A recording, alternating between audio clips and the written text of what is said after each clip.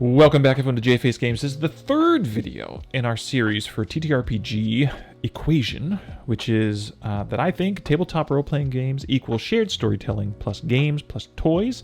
We've been currently going through some of the concepts behind what is shared storytelling, what is storytelling, and we're going through the science of it, and we're going through some courses that I've recently gone through and showing you what notes I've gotten from this, and then how those notes kind of fit into my thoughts. Today, we're going to go through character concepts and world building brought to you from the Brandon Sanderson, watch video 2 to hear more about that, Brandon Sanderson BYU course that I watched on YouTube.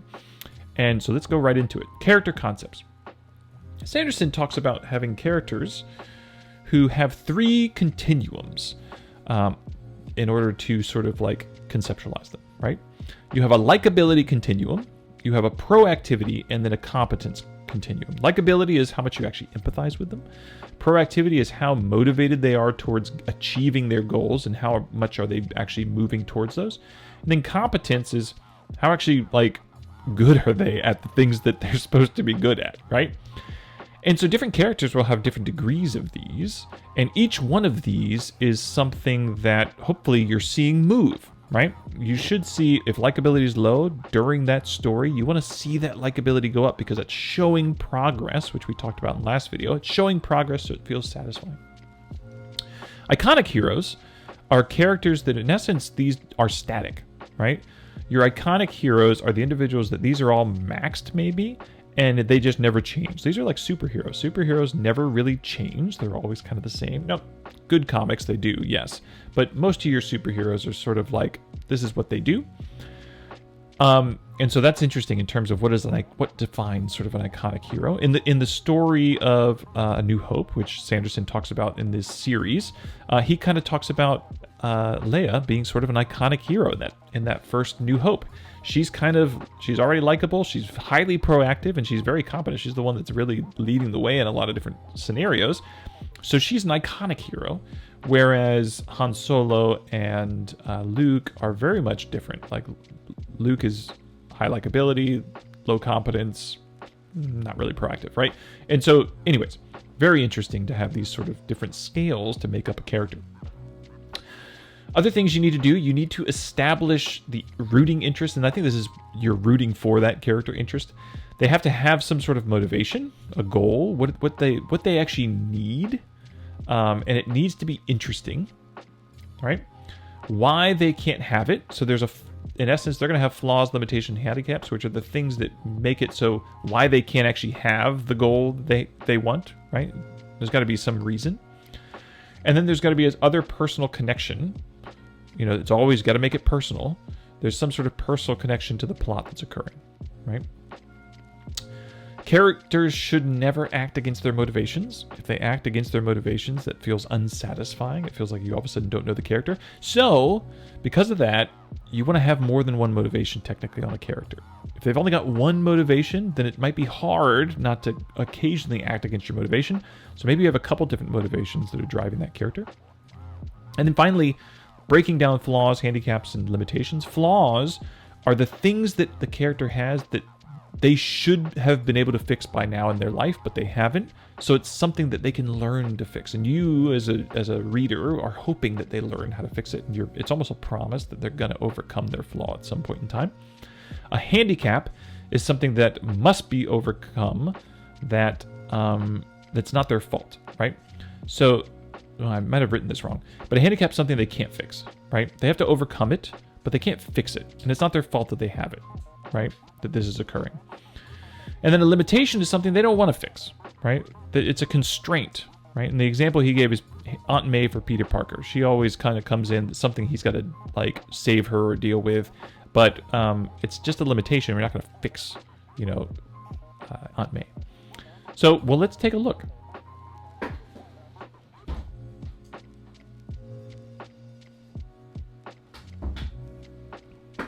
So let's take a look. What did this do for me in terms of character development, or sort of like lessons for characters? And we already had some lessons from the very first video, and so now here, let's go into some more. I like this idea of likability, proactivity, and competence, right? So how do you work that into the character sheet? How do you work that into the design of the character? Well, competence kind of is reflected in sort of your skills and feats and your etc. I think that competence is sort of the default thing that we see on a character sheet, right? It's very easy to see that they're improving in competence. Likability, I think you should have a status faction system, right? I think it'd be really cool.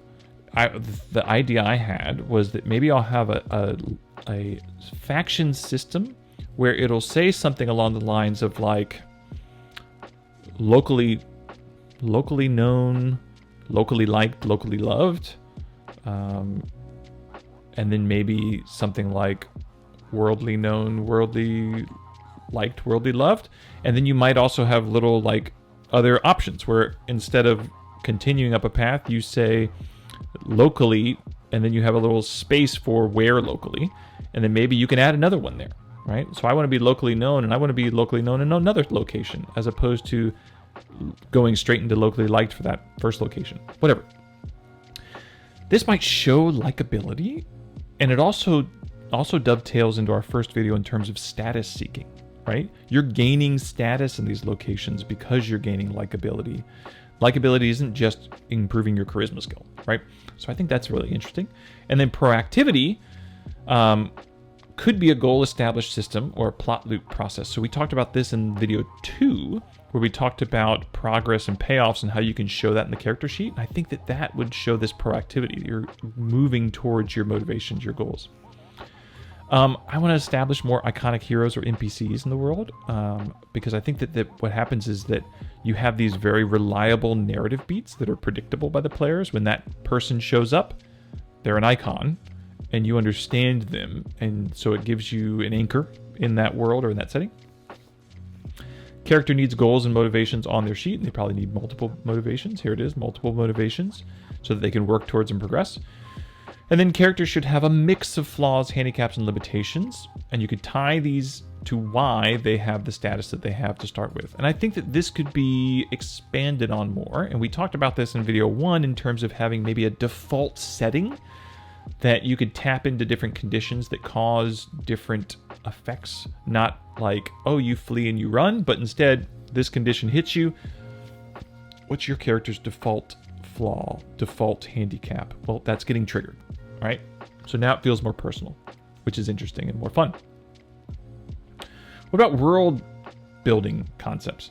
Well, for the most part, Sanderson in his lecture didn't talk about he only talked about magic, really. That's what he talked about in his video, which is really cool. And he talked about hard and soft magic, and we had a long discussion of this way back when on the Discord channel about hard versus soft magic. And what did I kind of get from this video when he talked about it? I liked the concept that he talked about in terms of hard magic is like magic working more like science. It's very predictable, it's understandable, there are building blocks to it. Soft magic is more sense of wonder. If you're closer to hard magic, then it's very satisfying because you're watching people solve problems with their magic. They have tools, which they have to then use those tools in a certain way to solve a problem, so it's very satisfying. Soft magic, you don't know the cost for the consequences, and there are no certain ramifications or effects. So what happens with soft magic is that you lack that ability to do the problem solving with a tool, but you now get closer towards awe and wonder and whoa, like those sort of like whoa moments, right? But this can be unsatisfying, potentially, if you're using it in ways to solve problems for people that they are now just having it solved for them. He also used, we just talked about characters having flaws, limitations. Magic needs flaws, limitations, and costs, right? Flaw in magic means that maybe the magic doesn't work yet, you don't understand it yet, you aren't good enough at it yet. There's progress in terms of you are improving in your ability. Limitations, magic has rules that can't be broken. This is a little bit more into that hard magic, which Sanderson's all about hard magic. That's where his bread and butter is. And then cost, when you use that magic, there's some sort of cost associated with it. And then he always says, always err on the side of awesome. So what did I learn from this? What do I think is going to kind of tap in here? Well, I think that it's interesting to think about magic abilities, feats having flaws and limitations and costs associated with them, right? So now you have, in essence, these don't have to be just mechanical. They could be thematic. So I like the idea that you could have some sort of... A lot of times I think that you see a spell in like a D&D game. We'll take D&D because I think it's the most known. But you look at some of those spells, and they're very mechanical in sort of how they're written. And so, yes, they're high limitations, right? You do this when you cast it. And there's not really a flaw. Maybe the only flaws is if you use like wild magic. Whereas something like ICRPG or Shadow Dark, what I like about their systems is that there's a lot of room for interpretation. They have a one-sentence line for their spell, and then it's up to you as the player to kind of get an idea of what does this mean to me. It is a limitation, but I can be a little bit more creative in how I apply it or utilize it, which now fits more into that hard magic. This sort of the fun of hard magic is using the rules to help solve specific problems, right? Hard magic for more player abilities. So this is fitting into that sort of games and toys we'll get into later. It's using a system to solve problems. Soft magic is for wonder and awe. So use soft magic for monsters. I think that I will probably use more soft magic style rules for monsters and the big bad evil guys, because then that gives you the whole crap, what's happening? So the players are just reacting to this awe and wonder, whereas they are using hard magic to solve problems, and that feels satisfying. So when they actually succeed, they have a satisfying resolution, but they're reacting to holy crap moments. Use soft magic for payoff moments as long as they don't undermine the player's efforts.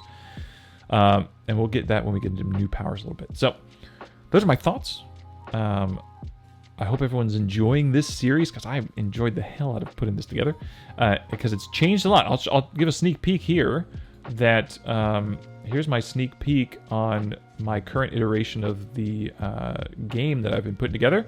And so you can see here are all the notes. So this is sort of the rules as written that I've kind of been doing in my playtests. And here are now all these notes coming off of it saying, maybe we can do this, maybe we can do this. And I'm just leaving them there until I playtest this. And once I playtest this, then I go over here and I change things based on my own satisfaction of what's happening. All right, that's the end of the video. Hit the like button, hit the subscribe, hit the bell. I think that's all the things you're supposed to hit.